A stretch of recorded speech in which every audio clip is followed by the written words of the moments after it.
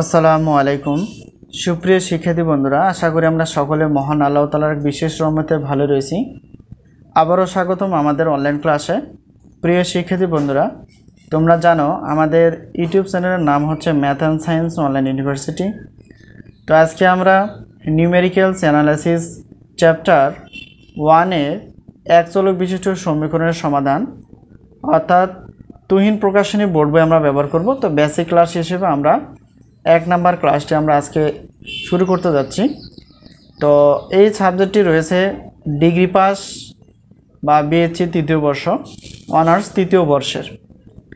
তো numerical analysis chapter 1-এর বেশ কিছু গুরুত্বপূর্ণ বেসিক রয়েছে, সেই বেসিকগুলো আমরা ধাপে ধাপে আলোচনা করব এবং পাশাপাশি আমরা বোর্ড প্রশ্নগুলো সমাধানে যাব। তো যাতে করে আমরা পরীক্ষায় ভালো কিছু করতে পারি এবং নিজে বুঝতে পারি এবং অন্যকে বুঝাইতে পারি। প্রিয় শিক্ষার্থী বন্ধুরা, আমরা এই চ্যাপ্টারে গুরুত্বপূর্ণ যে টপিকসগুলো রয়েছে সেই টপিকসগুলো বাছাই করে রেখেছি, যেগুলো না শিখলেই নয়। তো এখন আমরা যে বেসিকটি দেখতে পেয়েছি সেটি হচ্ছে যে এক চলক বিশিষ্ট সমীকরণ। তো এক চলক বলতে চলক থাকবে একটা, তো যে কোনো চলক এক্স থাকতে পারে, ওয়াই থাকতে পারে এবং জেড থাকতে পারে। তো যদি কোনো একটা সমীকরণ ধরো function of x equal to 0 আকারের সমীকরণকে আমরা এক চলক বিশিষ্ট সমীকরণ বলি বা এক চলক বিশিষ্ট সমীকরণ বলা হয়। তো শুধুমাত্র function of x equal to 0 এমনটা থাকবে এমনটা নয়। ফাংশন অফ এক্স সমান 0 যদি এক্সের অর্থাৎ এক্স দিয়ে কোনো ফাংশন বা এক চলক বিশিষ্ট সমীকরণ সাজানো থাকে তখন সেক্ষেত্রে এটা হবে। আর ফাংশন অফ ওয়াই সমান 0 মানে ওয়াই দিয়ে অঙ্কটা সাজানো আছে, আর ফাংশন অফ জেড সমান 0 অর্থাৎ জেড চলক হিসেবে এখানে থাকবে। তো এক চলক বিশিষ্ট সমীকরণে আমরা সাধারণ সূত্রটা ব্যবহার করতে পারি। তো এই সূত্রগুলো মনে রাখলেও চলবে, না রাখলেও কোনো সমস্যা নেই। তো শুধুমাত্র আমরা জানলাম যে এক চলক বিশিষ্ট সমীকরণটা কি, অর্থাৎ যে কোনো অর্থাৎ function of x equal to 0 অথবা y of function of y সমান 0, ফাংশন অফ জেড সমান 0। তো এই যে 0, তো এইগুলোই হচ্ছে আমাদের কি এক চলক বিশিষ্ট সমীকরণ। তো এখন একটা দেখব যে এক চলক বিশিষ্ট সমীকরণগুলো আসলে কি। আর একটা কথা বলে নেই যে এক চলক বিশিষ্ট সমীকরণে আমরা হয়তো আগে নিচের ক্লাসগুলোতে আমরা বীজগাণিতিক সমীকরণ হিসেবে দেখেছি, কিন্তু তুরীয় সমীকরণ আমরা এগুলো দেখেছি কিন্তু আমাদের পরিচিতি নেই। তো আমাদের হয়তো জানা আছে, কারো জানা নেই যে বীজগাণিতিক সমীকরণ কোনগুলো আর তুরীয় সমীকরণ আসলে কোনগুলো। তো বীজগাণিতিক সমীকরণ হচ্ছে যেগুলো এক্স ওয়াই জেড এগুলো থাকে বিশেষত, আর তুরীয় সমীকরণ বলতে ত্রিকোণমিতিক অনুপাত, সূচকীয় এবং লগারিদম এই টাইপের কিছু থাকবে। অর্থাৎ তুরীয় সমীকরণ বলতে লগারিদম, সূচকীয় এবং ত্রিকোণমিতিক এগুলো সমীকরণ আকার থাকবে, তখন আমরা বুঝবো এটা সমীকরণ হবে তুরীয় সমীকরণ। আশা করি বিষয়টি ক্লিয়ার।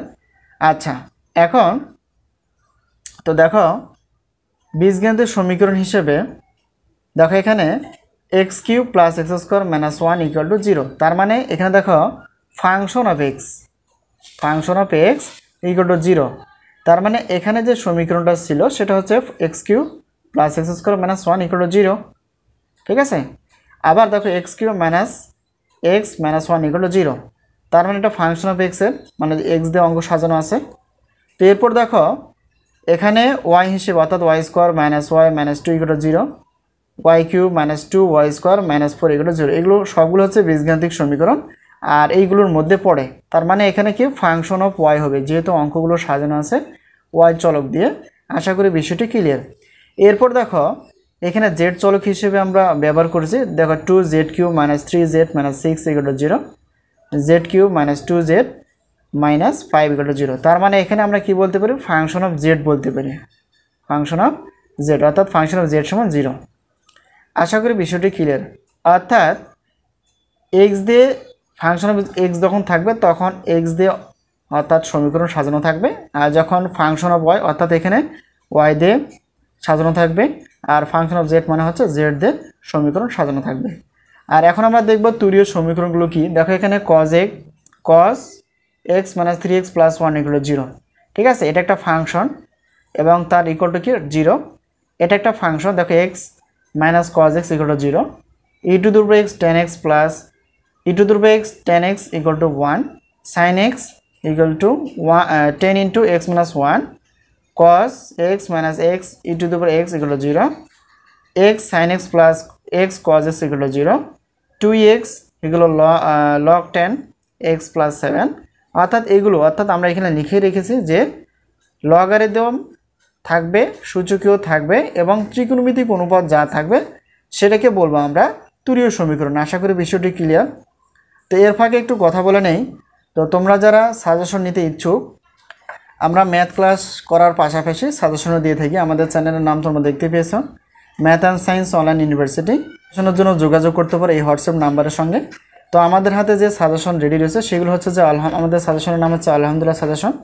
ডিগ্রি পাস, দ্বিতীয় বর্ষ, তৃতীয় বর্ষের আমাদের সাজেশন এগুলো রেডি রয়েছে, অর্থাৎ আমরা ক্লাস করার পাশাপাশি সাজেশন দিয়ে থাকি। আর অনার্স প্রথম বর্ষ, দ্বিতীয় বর্ষ, গণিত বিভাগ, পদার্থবিজ্ঞান বিভাগ, রসায়ন বিভাগ, এগুলো আমাদের হাতে সাজেশন রেডি রয়েছে। তোমরা যদি সাজেশন নিতে ইচ্ছুক থাকো অবশ্যই হোয়াটসঅ্যাপ নাম্বারের সঙ্গে যোগাযোগ করে সাজেশনগুলো নিতে পারো। আর আমাদের সাজেশনের থেকে ইনশাআল্লাহ কমন আসে 70% থেকে 100%-এর মধ্যে। তো আমরা ইতিপূর্বে সাজেশন দিয়ে ফেলেছি অনেক ছাত্রছাত্রীদের মাঝে। তোমরা যদি সাজেশন নিতে চাও অবশ্যই যোগাযোগ করতে পারো। এই হলো বিষয়। তো এখন পরবর্তী বিষয়টি হচ্ছে, এখন আমরা দেখব যে পুনরাবৃত্তি পদ্ধতি। তো এই চ্যাপ্টারে পুনরাবৃত্তি পদ্ধতি কয়েকটি পদ্ধতি রয়েছে। তার মধ্যে হচ্ছে দ্বিবিভক্তি পদ্ধতি বা যেটাকে আমরা বাইসেকশন পদ্ধতি বলি, আর একটা হচ্ছে ফলস পজিশন পদ্ধতি, 3 নম্বর হচ্ছে নিউটন র্যাপসন পদ্ধতি, আর স্থির বিন্দু পুনরাবৃত্তি পদ্ধতি বা ফিক্স পয়েন্ট মেথড। তো সবচেয়ে গুরুত্বপূর্ণ, অর্থাৎ এই চ্যাপ্টারের সবচেয়ে গুরুত্বপূর্ণ বিষয়টি হচ্ছে যে 1 নম্বরটা, এটা শিখতেই হবে, এবং 3 নম্বরটা খুবই গুরুত্বপূর্ণ। এই নিয়মটা আমাদের শিখতে হবে বেসিক হিসেবে আগে, তারপর আমরা শিখব এটার গাণিতিক প্রয়োগ। ঠিক আছে, আশা করি বিষয়টি ক্লিয়ার। অর্থাৎ দ্বিবিভক্তি পদ্ধতি বা বাইসেকশন পদ্ধতি আমাদের শিখতে হবে, আর নিউটন ও র্যাপসন পদ্ধতি, অর্থাৎ এই দুইটা পদ্ধতি আমাদের শিখতে হবে, অর্থাৎ সংখ্যার পুনরাবৃত্তি পদ্ধতি। তো আশা করি বিষয়টি ক্লিয়ার। তো এখন আমরা ধাপে ধাপে প্রথমত দ্বিবিভক্তি পদ্ধতি বা বাইসেকশন পদ্ধতির বেসিক হিসেবে আলোচনা করব, এবং তার পাশে আমরা গাণিতিক সমস্যাগুলো দেখার চেষ্টা করব। প্রিয় শিক্ষার্থী বন্ধুরা, তোমরা যদি বাকি যে দুইটি পদ্ধতি রয়েছে, যেমন ফলস পজিশন পদ্ধতি বা স্থির বিন্দু পদ্ধতি যদি শিখতে চাও অবশ্যই কমেন্টসে লিখতে পারো। তো সবচেয়ে গুরুত্বপূর্ণ বিএসসি এবং অনার্স শিক্ষার্থীদের জন্য 1 নম্বর, অর্থাৎ দ্বিবিভক্তি পদ্ধতি বা বাইসেকশন পদ্ধতি আর নিউটন র্যাপসন পদ্ধতি, অর্থাৎ এখান থেকে প্রশ্ন আসবে। শিক্ষার্থী বন্ধুরা, এখন আমরা আলোচনা করতে এসেছি সেটা হচ্ছে যে নিউটন র্যাপসন পদ্ধতি। তো আমরা আগে থেকেই কিছু বেসিক আলোচনা করলাম। এখন দেখো, এখানে ফাংশন অফ এক্স এগুলো 0 বা ফাংশন অফ ওয়াই এগুলো 0 হতে পারে, বা ফাংশন অফ জেড এগুলো 0 হতে পারে। তো এরকম সমীকরণে একটি আসন্ন মূল নির্ণয় করার জন্য, অর্থাৎ নির্দিষ্ট একটা আসন্ন নির্ণয় করার জন্য, তো নির্দিষ্ট একটা মান নির্ণয় করার জন্য, তো সেক্ষেত্রে আমরা নিউটন র্যাপসনের যে পদ্ধতিটি রয়েছে খুবই গুরুত্বপূর্ণ একটি পদ্ধতি।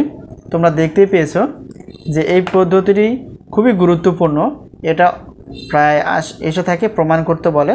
তো ডিগ্রি পাস বা বিএসসি তৃতীয় বর্ষে দেখো কত সালে এটা এসেছিল, একটু খেয়াল করো। দেখো 2014, 2015, 2018, 2020, 2021। তো পরবর্তী পরীক্ষার জন্য এটা খুবই গুরুত্বপূর্ণ। তো একইভাবে দেখো অনার্স অর্থাৎ তৃতীয় বর্ষে দেখো 2016, 2018 এবং 2020 সালে এই প্রশ্নটি এসেছিল। তো এটা একটু আলোচনা করার চেষ্টা করব। খুবই গুরুত্বপূর্ণ একটি প্রশ্ন, যে প্রশ্নটি আমাদের প্রমাণ করতে বলে সেটি একটু দেখার চেষ্টা করব, খুব মনোযোগ দেওয়ার চেষ্টা করো। ফাংশন অফ এক্স এগুলো 0, অর্থাৎ x চলক বিশিষ্ট হতে হবে। শুধু যে x থাকতে হবে এমনটা না, ওয়াইও থাকতে পারে এবং জেডও থাকতে পারে, কারণ আমরা x চলক বিশিষ্ট বলতে বুঝি চলক হিসেবে x, y এবং z। তো দেখো এই সমীকরণ বা এই প্রমাণটি, তো এটা আমরা একটু প্রমাণে যাব। সেটা হচ্ছে, দেখো মনে করি ধরো একটা ফাংশন আছে, ফাংশন অফ এক্স বা সমীকরণ দেওয়া আছে, ফাংশন অফ এক্স হলো 0। তো এই সমীকরণে প্রথম আসন্ন মানের জন্য যদি আমরা ধরি, তাহলে x1 সমান x0 plus h। Function of x হলো 0, অর্থাৎ একটা সমীকরণ দেওয়া থাকে। তো সেই সমীকরণের যদি x1 equal to x0 plus h dot dot একটা সমীকরণ বিবেচনা করি, তাহলে একটু খেয়াল করো যে এখানে এই যে মূল যে পাওয়া যাবে সেটাকে আমরা কি x0 বলতে আদি আসন্ন মান, অর্থাৎ শুরুটা, এবং ক্ষুদ্র সংখ্যা হিসেবে আমরা এসকে ধরছি। তো এতটুকু শুধু বর্ণনা হিসেবে মনে রাখতে হবে যে একটা সমীকরণের যদি x1 সমান এটা হয়, অর্থাৎ x0কে আমরা আদি আসন্ন মান মানে যত সম্ভব কাছাকাছি মান এবং ক্ষুদ্র সংখ্যা হিসেবে যদি এইচ ধরি, তাহলে সেক্ষেত্রে আমরা একটা ফাংশন অর্থাৎ একটা সমীকরণ বলতে পারি যে function of x equal to 0। ঠিক আছে, তাহলে যদি x1 হয় তাহলে কি, অর্থাৎ ফাংশন অফ এক্স যদি 0 হয় তাহলে ফাংশন অফ এক্সের পরিবর্তে কি বসাইতে হবে, x1। তো একইভাবে যদি এই দেখো এখানে x1 বলতে কি বোঝায়, x1 বলতে বোঝায় x0 প্লাস এইচ, তাহলে x1 এর জায়গায় আমরা কি, অর্থাৎ ফাংশন অফ x1 যদি হয় তাহলে সেই ক্ষেত্রে আমরা কি, অর্থাৎ ফাংশন অফ x1, তার মানে কি ফাংশন অফ, অর্থাৎ x1 এর জায়গা আমাদের কি করতে হবে, যেটা দেওয়া ছিল অর্থাৎ x0 প্লাস এইচ ইকুয়াল 0। আশা করি বিষয়টি ক্লিয়ার। এখন এটাকে বিভিন্ন পদ্ধতির মাধ্যমে এটা সমাধান আনা যায়। তো আমরা টেলর ধারা যে বিস্তৃতি নির্ণয়ের সূত্র সেটা একটু আলোচনা যাওয়ার চেষ্টা করব। সেটা হচ্ছে দেখো একটু, function of x0 plus H A prime x0 plus H square 2 factorial Real F double prime x0 plus dot dot equal to 0। এটা একটা সমীকরণ, এখানে 3 পদের, 1 2 3 পদের। তো এখানে দেখো আমরা আলোচনা করব শুধুমাত্র 2 পদ নিয়ে, যার জন্য আমরা এখানে কি, অর্থাৎ এখানে এইটা আমরা ব্যবহার করব, অর্থাৎ ফাংশন অফ x0 প্লাস এটা ইকুয়াল টু 0। এটাকে আমরা বাদ দিলাম। ঠিক আছে, চাইলে তোমরা এটা নিয়েও হিসাব করতে পারো, কোনো সমস্যা নেই। তো এখন 2 পদ বিশিষ্ট এটাকে আমরা সমাধানে নেওয়ার চেষ্টা করব। একটু খেয়াল করো, তো সবগুলো সাইড চেঞ্জ করলে আমরা এইচ ইকুয়াল টু পাবো কি, অর্থাৎ এটাকে ঘুরে আসবে, তাহলে কি, অর্থাৎ এটা উপরে চলে যাবে আর এখানে একটা মাইনাস চলে আসবে আর এটা কি গুণ ছিল, এটা ভাগ হয়ে যাবে। আশা করি বিষয়টি ক্লিয়ার।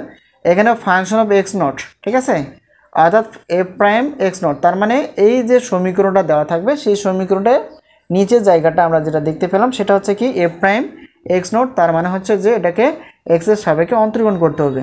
আর আরেকটা বিষয় হচ্ছে যে যেটা ভাগ আকারে আছে এফ প্রাইম x0, এটা কখনো 0 হতে পারে না, মানে এখানে কখনো 0 হবে না, কারণ 0 হলে কি হবে, এই মানে সমীকরণটার অ্যান্সারটা পুরোটাই 0 হবে, তার মানে 0 মান আমাদের গ্রহণযোগ্য নয়। আশা করি বিষয়টি ক্লিয়ার।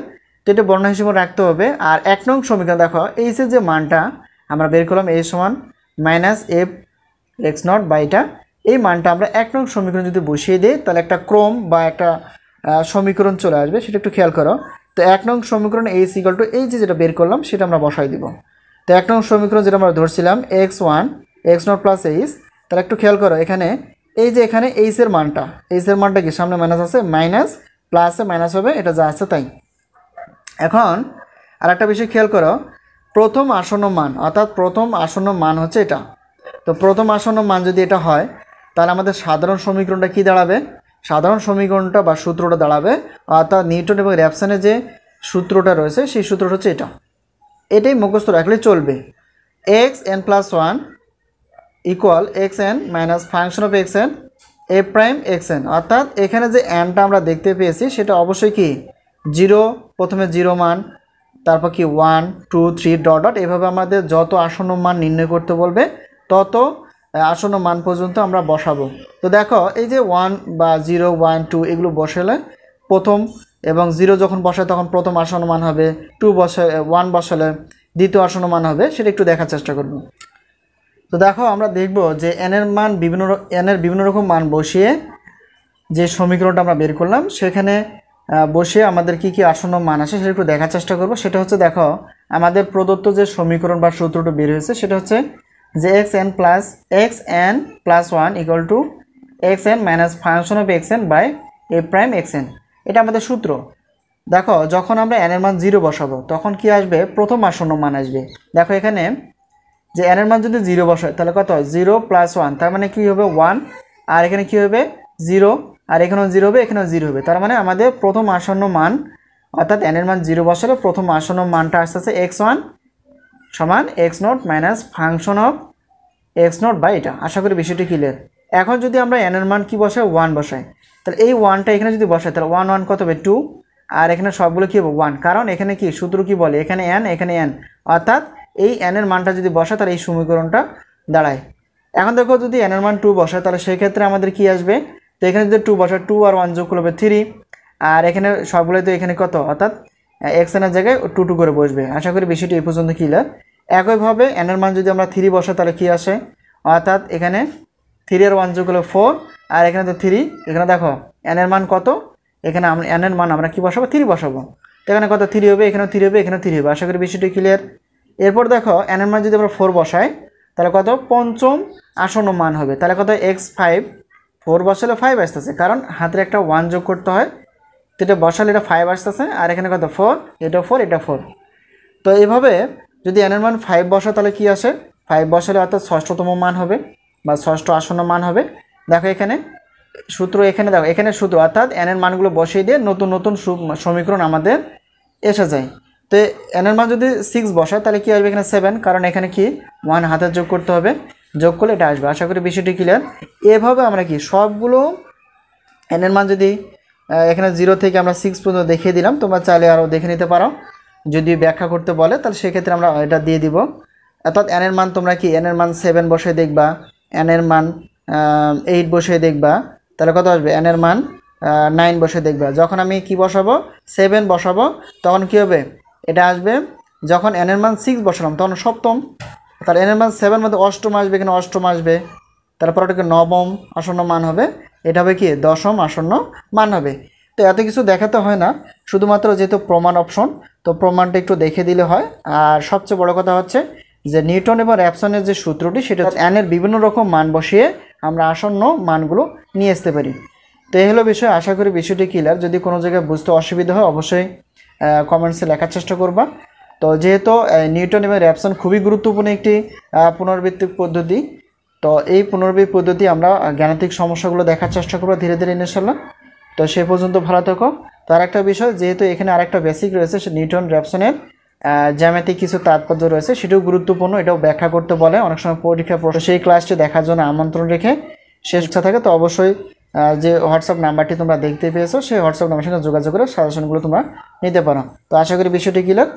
তো এভাবে আমরা সুন্দরভাবে নোট খাতায় করব এবং নোট খাতায় লিখব, যাতে করে এটা আমরা খুব সহজে বুঝতে পারি এবং পরীক্ষায় লিখতে পারি। তো আজকে এই পর্যন্তই। আবারও দেখা হবে নিউটন র্যাপসন পদ্ধতির অর্থাৎ আরেকটা টপিক, সেটা হচ্ছে যে জ্যামিতিক তাৎপর্য। সেই ক্লাসটা দেখার জন্য এবং নিউটন র্যাপসনের যে গাণিতিক সমস্যাগুলো রয়েছে সেগুলো দেখার জন্য আজকে এই পর্যন্ত শেষ করছি। আবারও দেখা হবে পরবর্তী পর্বে। সে পর্যন্ত ভালো থাকো। আল্লাহ হাফেজ।